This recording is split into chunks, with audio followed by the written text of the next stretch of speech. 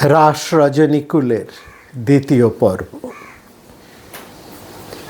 অভিসারে ছুটে এসেছেন ব্রজবধূ গোপীরা। অভিশশ্রু প্রিয়ং সর্বা সমুদ্রামিব নিমগ্না। একেবারেই কি বিনা বাধায়? না, তাও কি হয়? প্রবল বাধার মুখেই বর্ষার নদীর মতো উদ্দাম বেগে পুত্র কন্যা আত্মীয় স্বজন সবার বাধা অতিক্রম করেই ছুটে এসেছেন সাগর অভিমুখে। কারো স্বামী, কারো পিতা, কারো ভাই, কারো পুত্র কন্যা আত্মীয় স্বজন সবাই এসে পথ আটকিয়ে দাঁড়িয়েছে। কোথায় যাবে এত রাতে? যেতে দেব না। তবু কোনো বাধা মানানো যায় না। কে বাধা মানে? কৃষ্ণকে ভাগবত বলছেন, কৃষ্ণ হচ্ছেন স্বজন প্রেম বিবর্ধনা চাতুর। স্বজন প্রেম বিবর্ধন চাতুর। যে কোনোভাবেই স্বজনদের প্রেম যিনি বাড়িয়ে দেন, স্বজন প্রেম বিবর্ধন চতুর। বাধা পেলেই গতি বেড়ে যায়।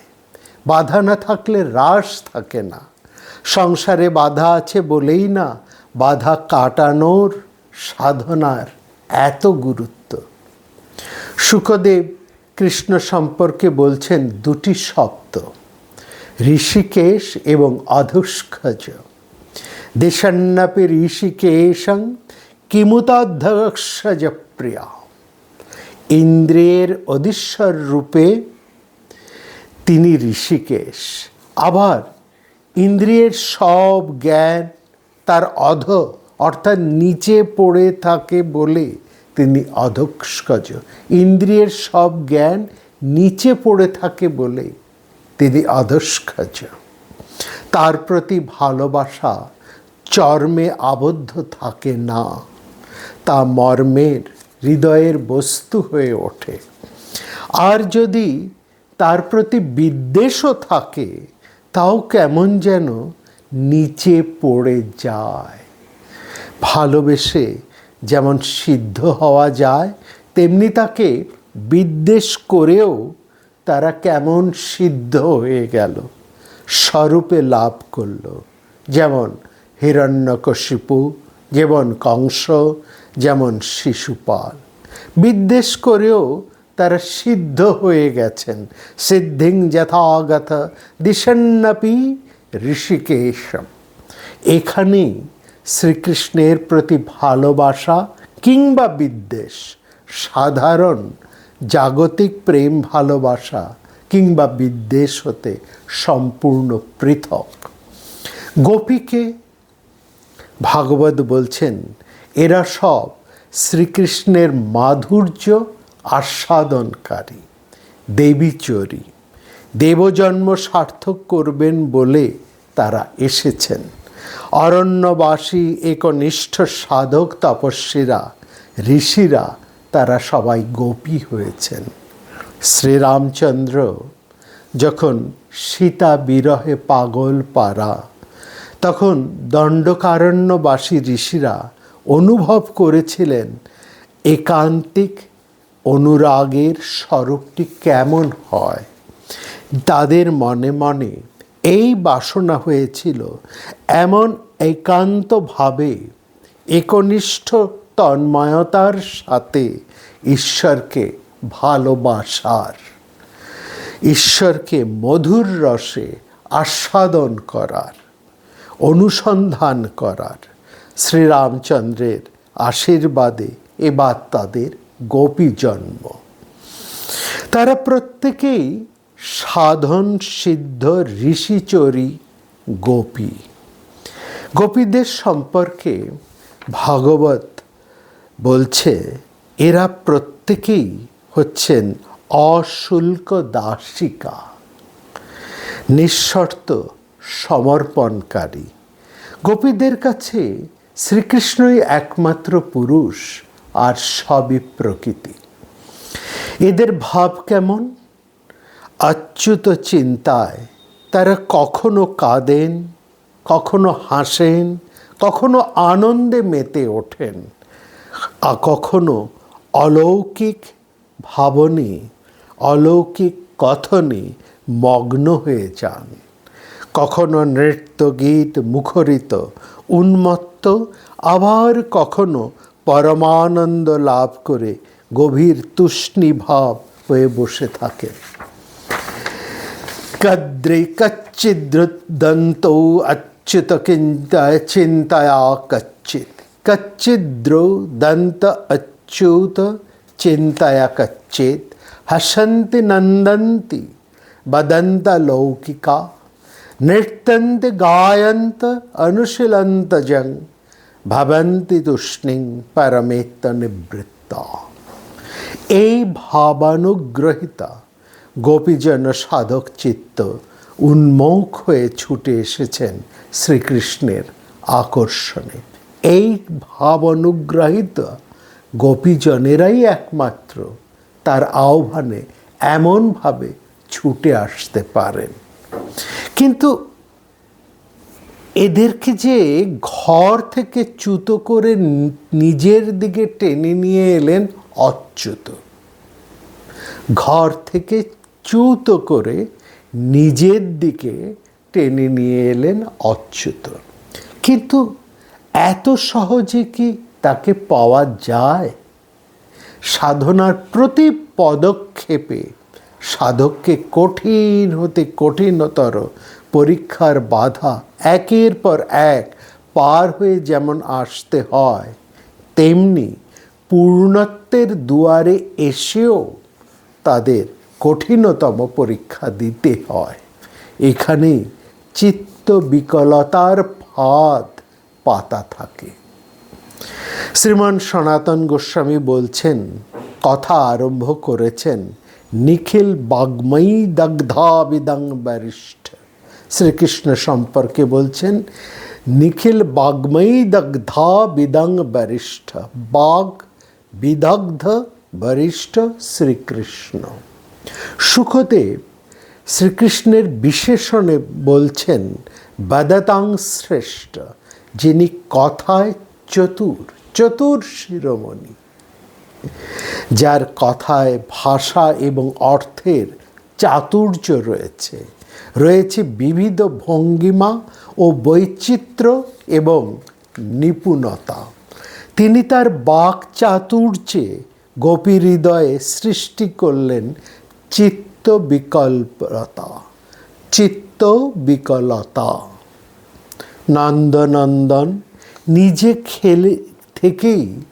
নন্দনন্দন নিজে থেকেই সবাইকে আকর্ষণ করে ডেকে এনেছেন, এটা সত্য। গোপীরা সবাই দাঁড়িয়ে আছেন তার সামনে, তবু তিনি জিজ্ঞেস করলেন কেন এসেছো? প্রথমে খানিক আন্তরিকতার সাথে শ্রীকৃষ্ণ সবাইকে স্বাগত জানালেন, বললেন, স্বাগতং বো মহাভাগ প্রিয়ং কিং করবাণি চ বহ। স্বাগতং বো মহাভাগা প্রিয়ং কিং করবাণি বহ। ব্রজস্য নাময়ং কিশ্চিদ দ্রুতগমন কারণম। আন্তরিক স্বাগত জানিয়ে শ্রীকৃষ্ণ, লক্ষ্য করুন, তিনটি প্রশ্ন করছেন বা তিনটি প্রশ্ন করলেন। তোমাদের জন্য কি করতে পারি? ব্রজের সবাই কুশল আছে তো? তোমাদের দ্রুত ছুটে আসার কারণ কি? আপাত মনে হয় প্রতিটি প্রশ্নই সুন্দর, নির্দোষ, কিন্তু প্রতিটি শব্দের মধ্যেই প্রচ্ছন্ন উপেক্ষার তীক্ষ্ণতা রয়েছে, যা গোপীদের হৃদয়ে বিদ্ধ হতে লাগলো।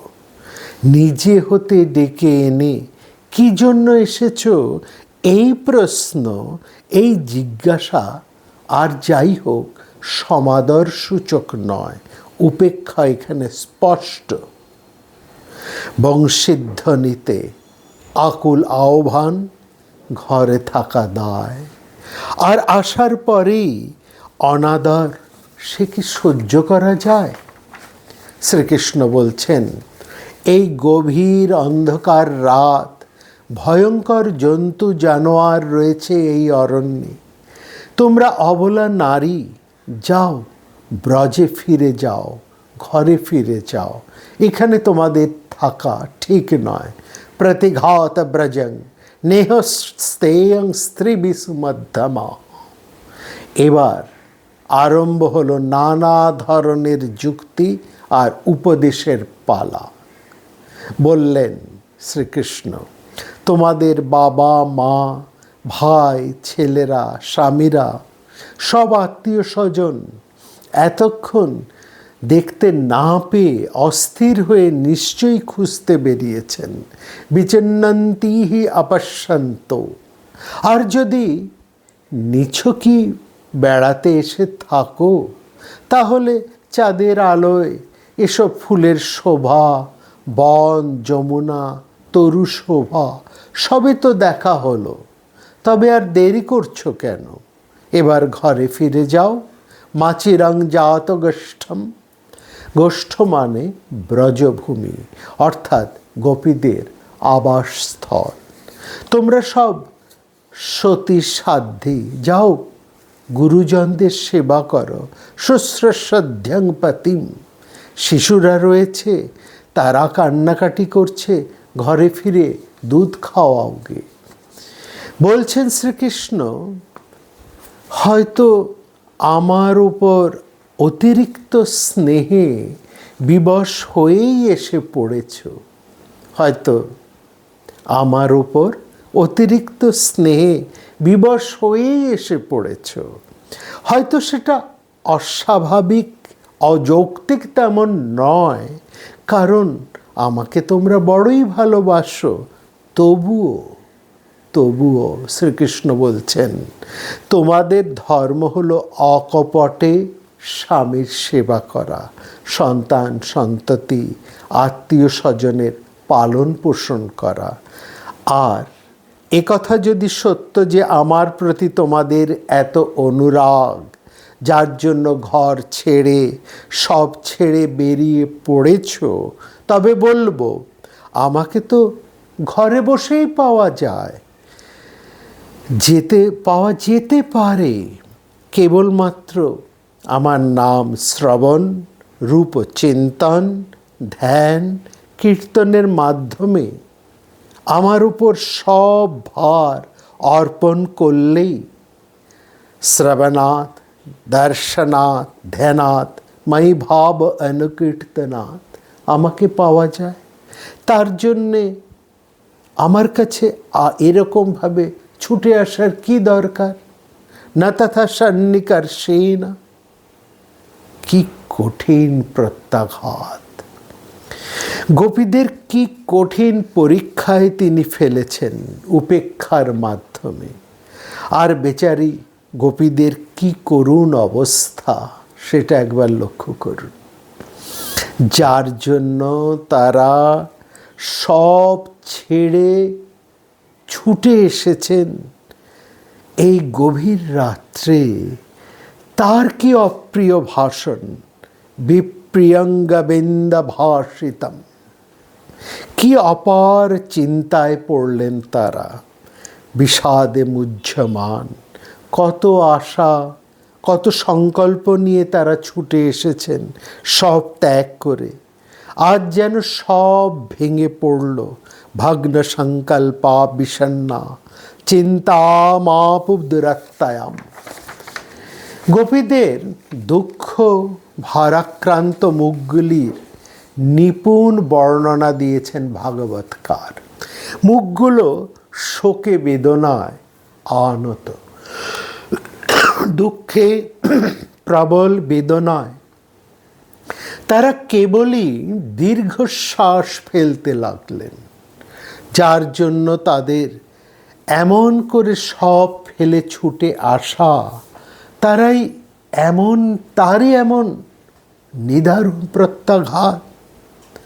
তাদের ঠোঁট শুকিয়ে গেল, পা দিয়ে তারা মাটিতে আঁচড় কাটতে লাগলেন।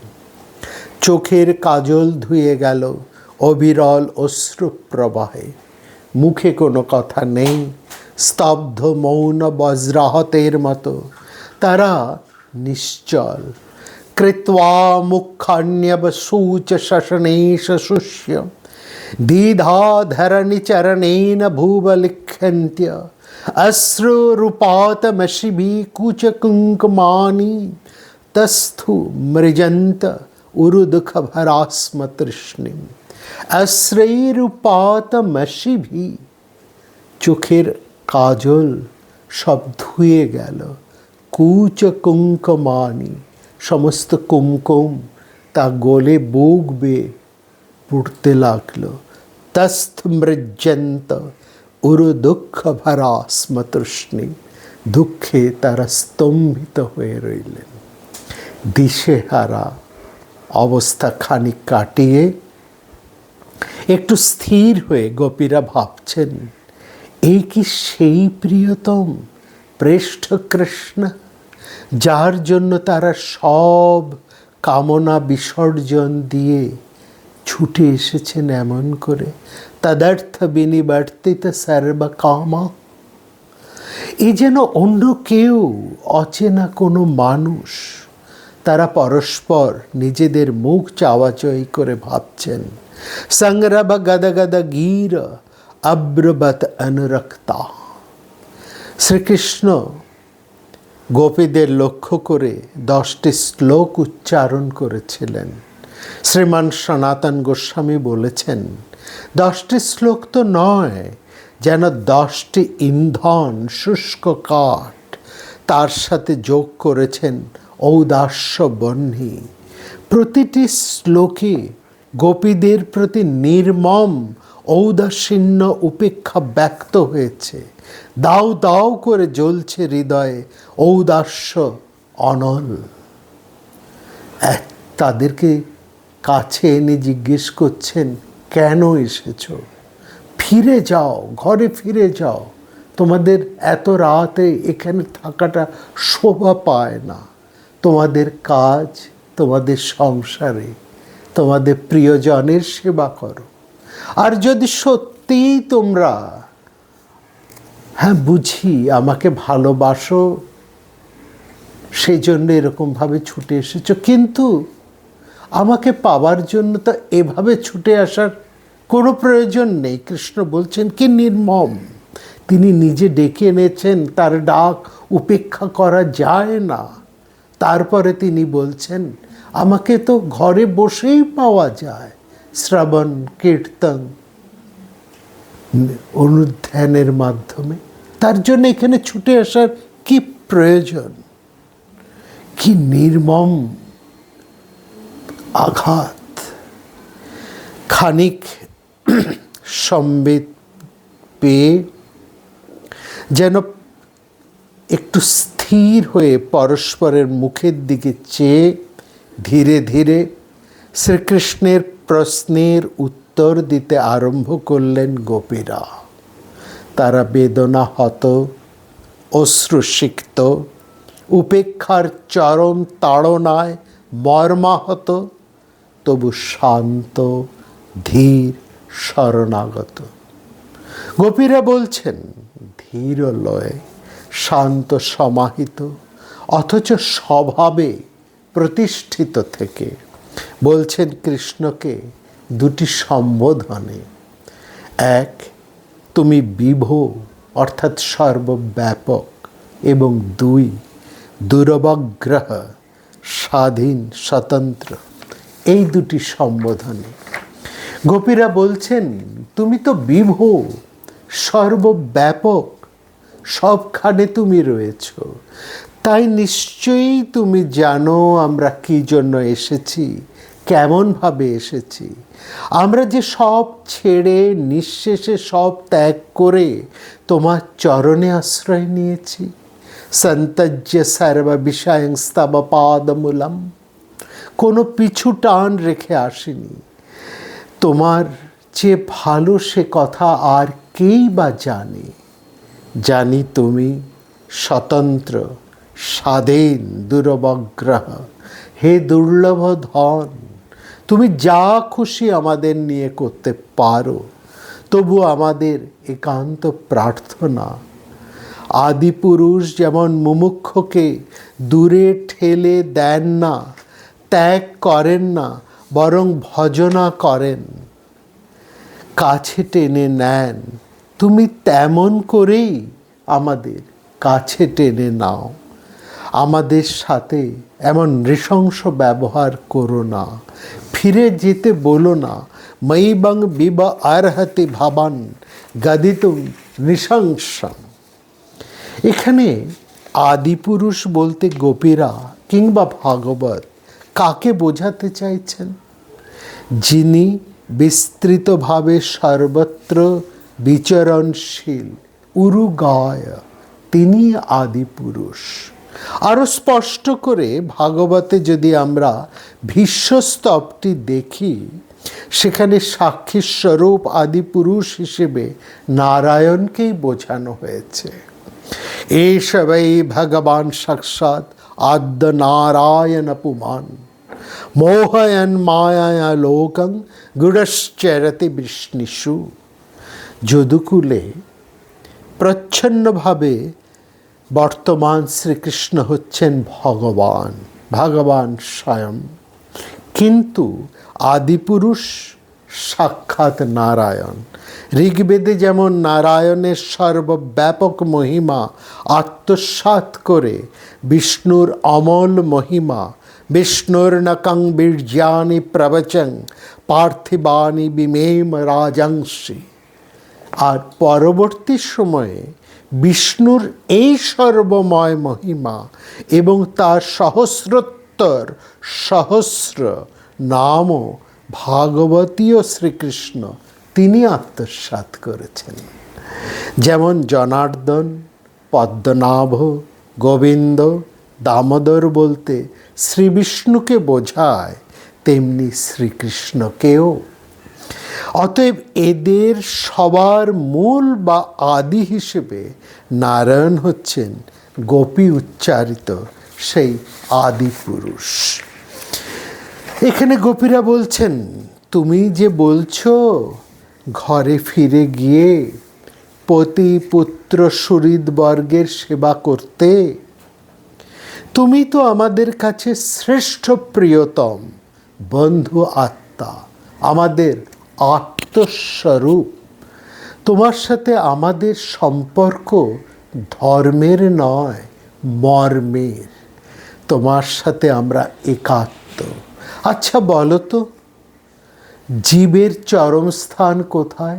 গোপীরা প্রশ্ন করছেন শ্রীকৃষ্ণকে, বলো তো জীবের চরম স্থান কোথায়, যেখানে গেলে কিছু পাবার আর বাকি থাকে না, যিনি সর্বাধিক প্রিয়, যিনি সবার হিতকারী বন্ধু, যিনি অন্তরে থেকে সবার বেদনা জানেন, আত্মা অন্তর্যামী, সেই তিনি জীবের পরম স্থান। সেই পদে অর্থাৎ সেই অধিষ্ঠানে আশ্রয়ে তুমি ছাড়া কেই বা আমাদের আছে?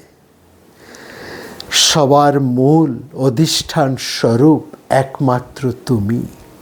তাই তোমাকে ছেড়ে আর কোথায় যাব, কার আশ্রয়ে যাব? তাই যারা কুশল অর্থাৎ প্রকৃত জ্ঞানী, তারা অন্তরের অন্তরতম আত্মারূপে তোমাকেই একমাত্র কামনা করেন, অনুরাগ স্থাপন করেন। উপনিষদে বলা হয়েছে, কিং প্রজয়া করিষ্যাম যেষাং নোহ আত্মা লোকঃ। আমরা প্রজা অর্থাৎ সন্তান সন্ততি আত্মীয় স্বজন নিয়ে কি করব? প্রশ্ন করছেন ঋষিরা উপনিষদে। কিং প্রজয়া করিষ্যাম, এই সন্তান সন্ততি আত্মীয় স্বজন নিয়ে আমরা কি করব? আমাদের কাছে আত্মাই হলো সমস্ত লোক বা সংসার। যেষাং নঃ আত্মা লোকঃ, অর্থাৎ আমাদের কাছে এই আত্মাই হচ্ছে সমস্ত লোক বা সংসার, ওসব বলছেন, ওসব উপদেশ, গোপীরা বলছেন ওসব উপদেশ, ওসব তোমারই থাক। আমাদের একান্ত মিনতি, হে কমললোচন, তুমি আমাদের ওপর প্রসন্ন হও, আমাদের চিরকালের এই আশাটুকু নিঃস্ব করে শেষ করে দিও না। তন্ন প্রসীদ পরমেশ্বর মাস্ম ছিন্দা আসংভৃতাং ত্বয়ি চিরাত অরবিন্দ নেত্র। বলছো আমাদের ঘরে ফিরে যেতে, সেখানে মন বসাতে, কিন্তু সে মন তো তুমি নিজেই কেড়ে নিয়েছ। কারণ তুমি পরম সুখস্বরূপ, আনন্দস্বরূপ। যে মন তুমি হরণ করেছ, সেই মন আর অন্য কোথায় দেব কেমন করে? আমাদের মন যেমন তোমার কাছে বাধা, তেমনি আমাদের সব কর্মেন্দ্রিয় তোমার কাছে বাধা পড়ে আছে। আমাদের পা আর এক পাও যে যেতে চায় না তোমার শরণাশ্রয় ছেড়ে। পাদৌ পদং ন চলতস্তব পাদমূলাৎ, পাদৌ পদং ন চলতস্তব পাদমূলাৎ। যাওয়া, চলা, করা, না করা সবই যে তোমার কাছে বাধা পড়ে আছে। একান্ত বিবশ আমরা। পাদৌ পদং ন চলতস্তব পাদমূলাৎ, জিয়াম কথং ব্রজ মধ্যে করবাম কিংবা। একটা নয়, দুটো আগুনে পুড়ে মরছি আমরা। এক হৃদয়াচ্ছাগ্নি, হৃদয়ে আগুন জ্বালিয়ে সব কামনা বাসনা পুড়িয়ে ছাই করে দিয়েছ। আর সর্বান্তঃকরণে জ্বালিয়ে দিয়েছ প্রবল বিরহজাগ্নি। হৃদয়ে জ্বালিয়েছ ঋচ্ছায়াগ্নি, আর সর্বান্তঃকরণে জ্বালিয়ে দিয়েছ প্রবল বিরহজাগ্নি। তোমার বিরহে নিত্য জ্বলে পুড়ে মরছি আমরা। অন্য দিকে তোমার প্রতি কামনার আগুন জ্বালিয়ে দিয়েছ তোমার গান শুনিয়ে, বংশীধ্বনিতে, যা একমাত্র তোমার অধরামৃতই মেটাতে পারে, আর কিছুতেই তা নেভার নয়। সে আগুন যদি না তুমি নেভাও, তবে তোমার বিরহযোগ আগুনেই এ তনু দগ্ধ করে তোমার ধ্যানে স্বরূপ লাভ করব। বিদেহ হয়ে ধ্যানেন ইয়াম পদয় পদবিং সখতে। তোমারও বিরহে রহিব বিলীন, তোমাতে করিব বাস। দীর্ঘ দিবস, দীর্ঘ রজনী, দীর্ঘ বরষ মাস। তোমার কাছে যে আনন্দের আস্বাদ পেয়েছি, সেখান হতে সংসার সব স্বাদ, সব কামনা বড়ই তুচ্ছ মনে হয়। কোনো কিছুর প্রতি, কারোর প্রতি কোনো রুচি, কোনো আকর্ষণই আর যে থাকে না। স্থাতং তয়াভিরমিতা বৃতং পারয়ায়। কি এক এক করে শ্রীকৃষ্ণের ওই 10টি প্রশ্নের উত্তর দিচ্ছেন স্থিত ধীর গোপীরা। যে কমলা, গোপীরা বলছেন, যে কমলা লক্ষ্মী স্বয়ং তোমার হৃদয়ে স্থান পেয়েও সেই স্থান ছেড়ে দিয়ে নেবে আসেন তোমার চরণ তলে, সতীর তুলসীর সাথে ভাগ করে নেন তোমার চরণ কমলের স্পর্শ স্বাদ ধন্য হবার জন্য। আমরাও তো সেই তোমার চরণ ধুলার শরণ নিতেই এসেছি। আমরাও তো সেই চরণ ধুলার ভিখারি। তব পাদরাজ প্রপন্যা পাদরাজ প্রার্থী। কংস, হিরণ্যকশিপু, শিশুপাল এরা পরম পুরুষকে ভজনা করেছেন শত্রুদ্দেশে। যশোদা বাৎসল্য রসে, অর্জুন আদি সখ্য প্রেমে, আর গোপীরা মধুর ভাবে। বিগলিত মধুর ভাব হতে দাস্যভাবের পরাকাষ্ঠায় বলছেন তারা, সব ছেড়ে আমরা এসেছি তোমার ভজন করবার জন্য, সেবা করার অধিকারটুকু লাভ করব বলে। তোমার স্মিত সুন্দর আনন্দ আমাদের হৃদয়ে যে প্রেমের আগুন জ্বালিয়ে দিয়েছে, তাতে পুড়ে মরছি আমরা। অনুগ্রহ করে তোমার ভজনা করার অধিকার দাও আমাদের। গোপী হৃদয়ের একমাত্র আকুল প্রার্থনা, এই প্রেম দাসত্বের জন্য আমরা তোমার হব দাসী, কারণ তুমি যেহে প্রাণের বধূ, আমরা তোমায় ভালোবাসি।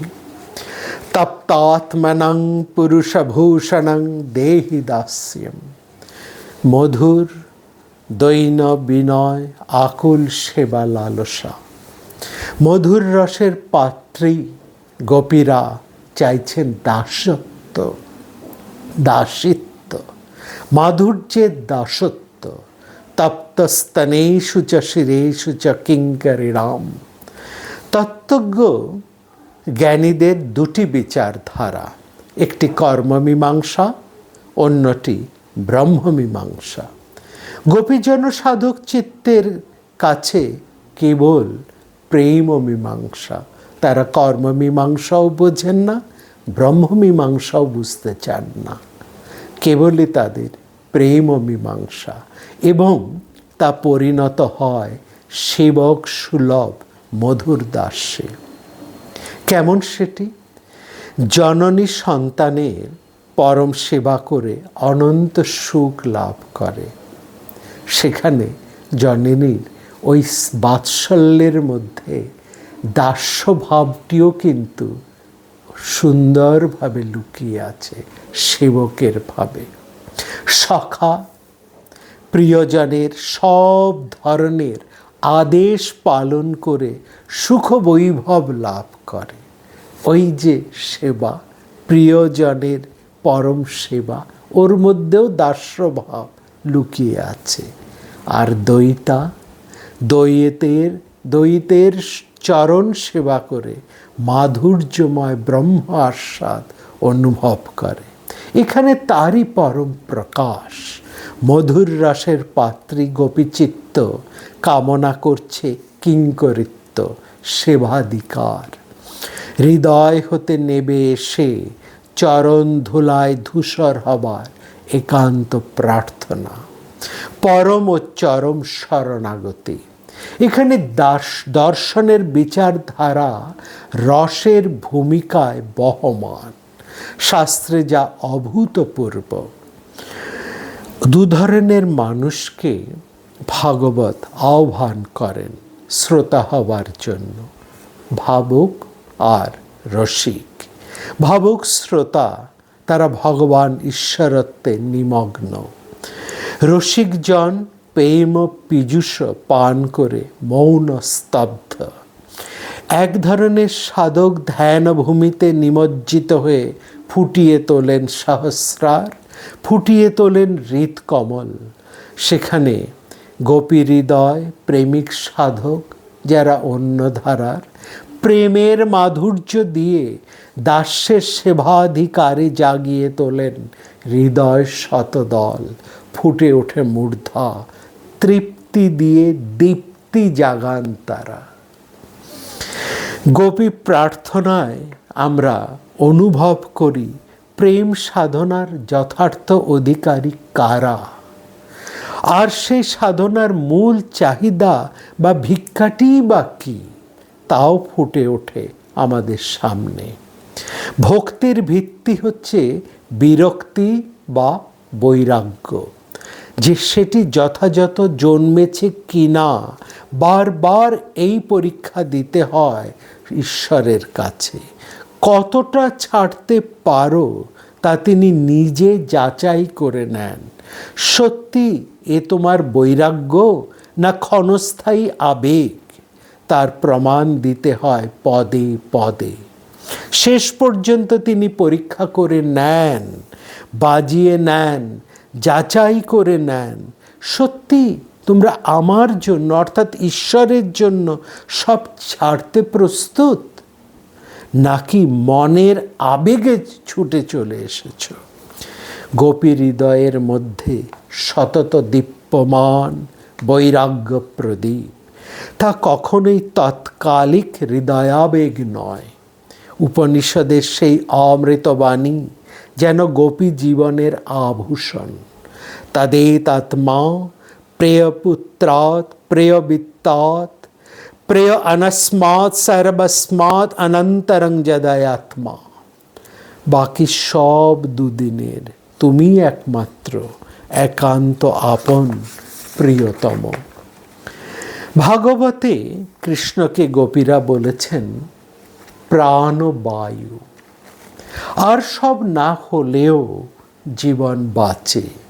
অর্থ, মান, যশ, কৌলিন্য, ক্ষমতা, অন্ন, খাদ্য,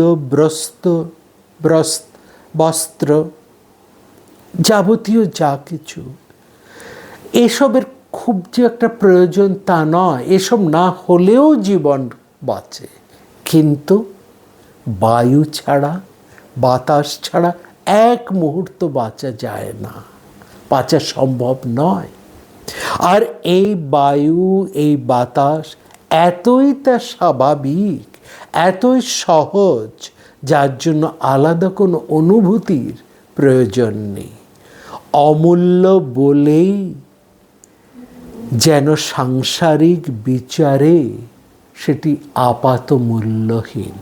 অথচ এক মুহূর্তে জীবনের অস্তিত্ব যাকে ছাড়া একেবারেই চলে না। বায়ু আছে বলেই সব আছে। বায়ু তাই সত্যস্বরূপ। এই বায়ুই আমাদের নিঃশ্বাস, যথার্থ সত্য, যথার্থ অমূল্য, সদা হিতম, সদা অস্তিত্ববান, আত্মার সাথে সদা যুক্ত সৎস্বরূপ। অন্যয় ব্যতিরিকে তার প্রমাণ ছড়িয়ে আছে। তৎসত্যে তৎসত্তা, তদ অসত্যে তদ অসত্তা ব্যতিরেক। বায়ুস্বরূপ তিনি আছেন বলেই আমাদের এই দেহের মধ্যে, বায়ুস্বরূপ তিনি আছেন বলেই সব আছে। আর তিনি না থাকলে, ওই প্রাণবায়ুটি না থাকলে কিছুই নেই। তিনি আমাদের স্বভাবস্বরূপ, আত্মতা, মহাত্মা। মহাভারতে বলা হয়েছে সত্যাৎ সত্যবত গোবিন্দ তস্মাৎ সত্যে হোপি নামতঃ। এই যে তিনি রয়েছেন, যেখানে মহাভারতে বলা হচ্ছে এই যে বিরাট পুরুষের কথা, সত্যস্বরূপ যিনি, সত্যই বিরাট, এই সত্যস্বরূপকেই ভাগবত ধরার চেষ্টা করছে। এই বিরাট পুরুষের কি অপূর্ব রূপকল্পনা করেছেন ভাগবতের কবি মানুষ শুকদেব। শব্দ চয়নে, ছন্দ আন্দোলনে, আশ্চর্য মাত্রা জ্ঞানে এক দুর্লভ সুষমা সৌষ্ঠবময় সেই রচনা। পাখিরা তার বিচিত্র শিল্প কৌশল, মনু তার মনীষা, আর মানুষের হৃদয় তার নিবাস। বায়াংসি তদ ব্যাকারণং বিচিত্রং মনুর্মনীষা মনুজ নিবাস। মেঘপুঞ্জ তার কেশদাম, সন্ধ্যা যেন তার আকাশ, অব্যক্ত পৃথিবী তার হৃদয়, আর চন্দ্র তার সর্ববিকার মনের আশ্রয়। বিরাট পুরুষের কি অপূর্ব ধারণা করেছেন ভাগবত, কি অপূর্ব ছবি এঁকেছেন এই বিশ্ব নিখিলে। ঈশস্য কেশন বিদুর অম্ববাহন ভাসন্তু সন্ধ্যাং কুরবর্ষ ভুম্নঃ। অব্যক্তম আহুহৃদয়ং মনশ্চ সচন্দ্রমা সর্ববিকার কোশ।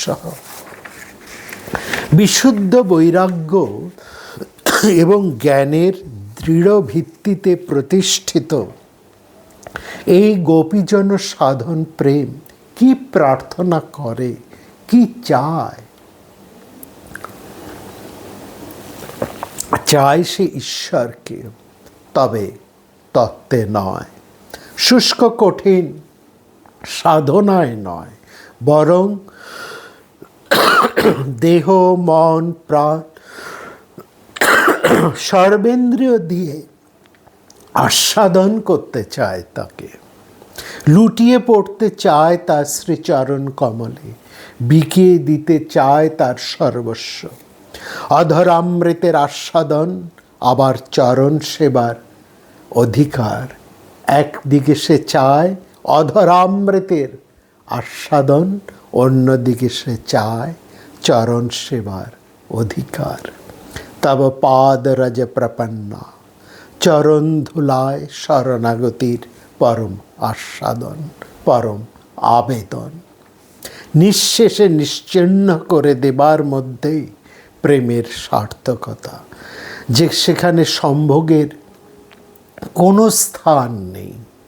আত্মেন্দ্রিয় প্রীতিবাঞ্ছাকে সম্পূর্ণ বিসর্জন দিয়ে কৃষ্ণেন্দ্রিয় প্রীতিবাঞ্ছার চরিতার্থতা, যাতে মহামতি পাতঞ্জল বলেছেন মানস স্থিতি নিবন্ধিনী, ইন্দ্রিয়ের মধ্যে দিব্যতা স্থাপন। শ্রী অরবিন্দের ভাষায় স্পিরিচুয়াল রোমান্স, কিংবা melting our limits in the illimitable, অথবা turning the finite to infinity. গোপীদের প্রার্থনায় যে আবেদন, যে আকুতি ফুটে উঠল, তা সজাগ সচেতন হয়ে আপন সত্তা বজায় রেখে সব জেনে বুঝে যে তারা বললেন, এমন কিন্তু নয়। তারা যে আত্মবশের নেই, একান্ত পরবশ। ভাগবতকার গোপীদের এই প্রার্থনাকে বলেছেন বিকল্প বীতম। শ্রীধর স্বামী যার অর্থ করেছেন পারবশ্য প্রলপিতম। সাজানো বানানো কোনো কথা গোপীরা বলতে পারেন না, বলছেনও না। এ তাদের বিরহের ক্রন্দন, হৃদয়ের মর্মস্থল হতে যা উচ্চারিত। শ্রীকৃষ্ণ তিনি যোগেশ্বর, অন্তরের অন্তঃস্থলের খবর জানেন। তিনি জানেন যে কে কতটা আন্তরিক। তিনি সদানন্দ পুরুষ হয়েই ভক্ত হৃদয়কে আনন্দে ভরিয়ে দিতে চান। আত্মারাম হয়েও অন্যকে প্রীতিদান করেন, নন্দিত আনন্দিত রমিত করেন। তিনি অচ্যুত, তিনি অকম্পিত, স্বস্বরূপে চিরপ্রতিষ্ঠিত। আবার তিনি নানাভাবেই উদার চেষ্টিত, প্রসারিত ক্রিয়াকলাপের দ্বারা। তিনি অচ্যুত, আবার উদার। তিনি তার স্থান থেকে এতটুকু চ্যুত হন না, অথচ অচ্যুত হয়েও তিনি সবার হৃদয়ে আনন্দ রমণ করেন। ব্রহ্মর্ষি শুকদেব সে কারণেই বলছেন ইতি বিকল্প বীতং তাসং শ্রুত্বা যোগেশ্বরেশ্বরঃ প্রহস্য সদয়ং গোপীরা আত্মরামঃ প্যারিমত। এই উদার এবং অচ্যুত, অচ্যুত এবং উদার, এই দুটি তার অনন্য বিশেষণ। ঠিক এখানেই সূচনা রাসলীলার, রাস প্রকাশ। যে লীলার পূর্ণতা এখনো বহু দূরে, আরও অনেক পরীক্ষা পেয়ে হারানোর বেদনা, অদর্শনের অন্ধকারে নিমজ্জিত চেতনার নানা সংকট পেরিয়ে সেই চিরজ্যোৎস্নার রস পারাবারে উত্তরণ, অবগাহন এবং বিলয়ন। অহৈতুকী ভক্তি যার মূল কথা মহর্ষি কপিলের মতে অনিমিত্তা ভক্তি, যা মুক্তি কামনা অপেক্ষাও গরীয়সী। অনিমিত্তা ভগবতী ভক্তি সিদ্ধের গরীয়সী। সব ছেড়ে একেবারেই চলে আসতে পারে, একমাত্র পারে গোপীচিত্ত সাধক। হিরণ্য পরিধি শ্যামের প্রিয় দর্শনে সমাগতা গোপীদের এক যোগে সকল সন্তাপ চিরতরে দূরীভূত হয়। এ প্রসঙ্গে শুকদেব বলছেন, প্রিয়তমের নিরন্তর উৎকর্ষ কথাই ছিল গোপীচিত্ত সাধকদের কর্ণাভরণ। তাতে তারা অনুক্ষণ নিমগ্ন চিত্ত তার সাক্ষাৎ দর্শনই প্রিয়তম শ্যামকে দৃষ্টিপথে এনে গাঢ় আলিঙ্গন করলেন। এ আলিঙ্গন জানবেন চর্মের নয়, মর্মের। গোপী মাত্রেই যোগী, কিংবা বলা যায় গোপীচিত্তই যোগীর অবলম্বন।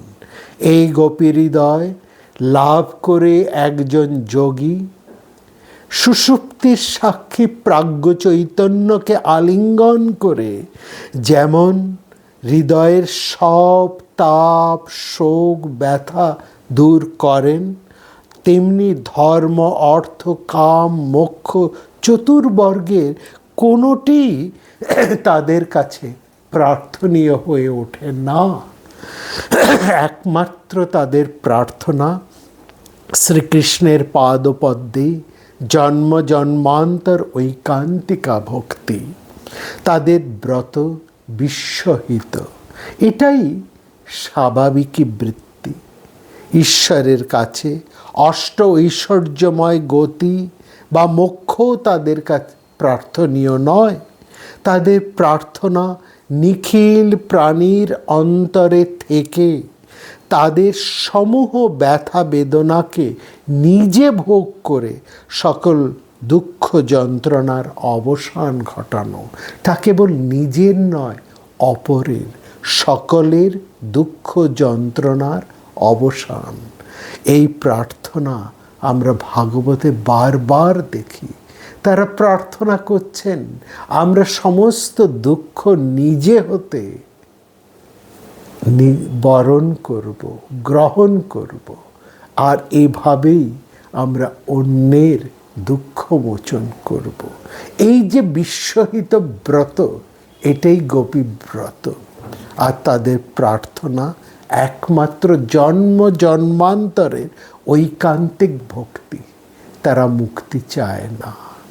তারা সব ছেড়ে এক লহমায় ব্রজবধূ যারা শ্রীকৃষ্ণের হৃদয়ে স্থান পান, সেখানেও তারা থাকতে চান না। তারা নেবে আসতে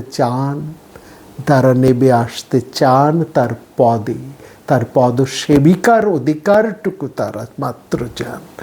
আর কিছুই তাদের কাছে কামনা নয়, কাম্যও নয়। আর ঠিক এই প্রার্থনা আমরা পরম ভাগবত রন্তিদেবের মুখেই শুনতে পাই।